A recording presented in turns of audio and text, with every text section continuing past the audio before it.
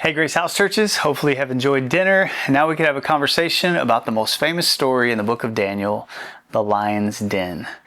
So you may not have known this, but Daniel is in his 80s when he is thrown into the lion's den because he defies the decree from King Darius about prayer. What's fascinating about the story is that he knows what's going to happen to him, and yet he goes and prays anyways. And when these other officials try to find something wrong with Daniel, the only thing they can find is that he prays. And so he has a life of integrity. He has a life of no negligence. He has a life of trustworthiness, and that raises him up in the kingdom. And yet when he's told not to pray, he's like, this is just what I do. I pray. So he goes and he prays, and ultimately the king has to honor his decree. So that leads him to putting Daniel in the lion's den. And when he's in there, God provides an angel. The lions do not attack. And the Bible says because Daniel's innocent, that death can't come for him because of his innocence and because of his protection. It's very gospel-like in that sense. He's brought out of the lion's den, and King Darius makes a decree about the God of Daniel. And so what we said this week is that there's some principles here that we can learn how to live in exile. That we can be people of integrity, that we can serve God continually, that we can have lives that model the gospel in the world, even when it's costly.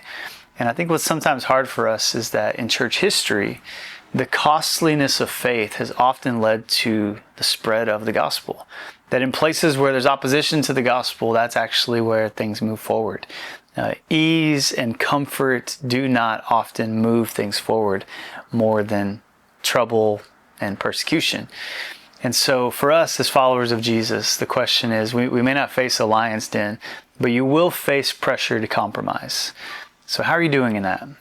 If you were to look at your workplace, the people in your workplace, if they had to fill out a survey about you, would they say you have integrity, you have no negligence, you have trustworthiness, and that you serve God continually? Because at the end of the day, the world doesn't need to come to a church and hear pastors share the gospel. They need people who've been shaped by Jesus, shaped by prayer, going into every nook and cranny of society, serving God continually.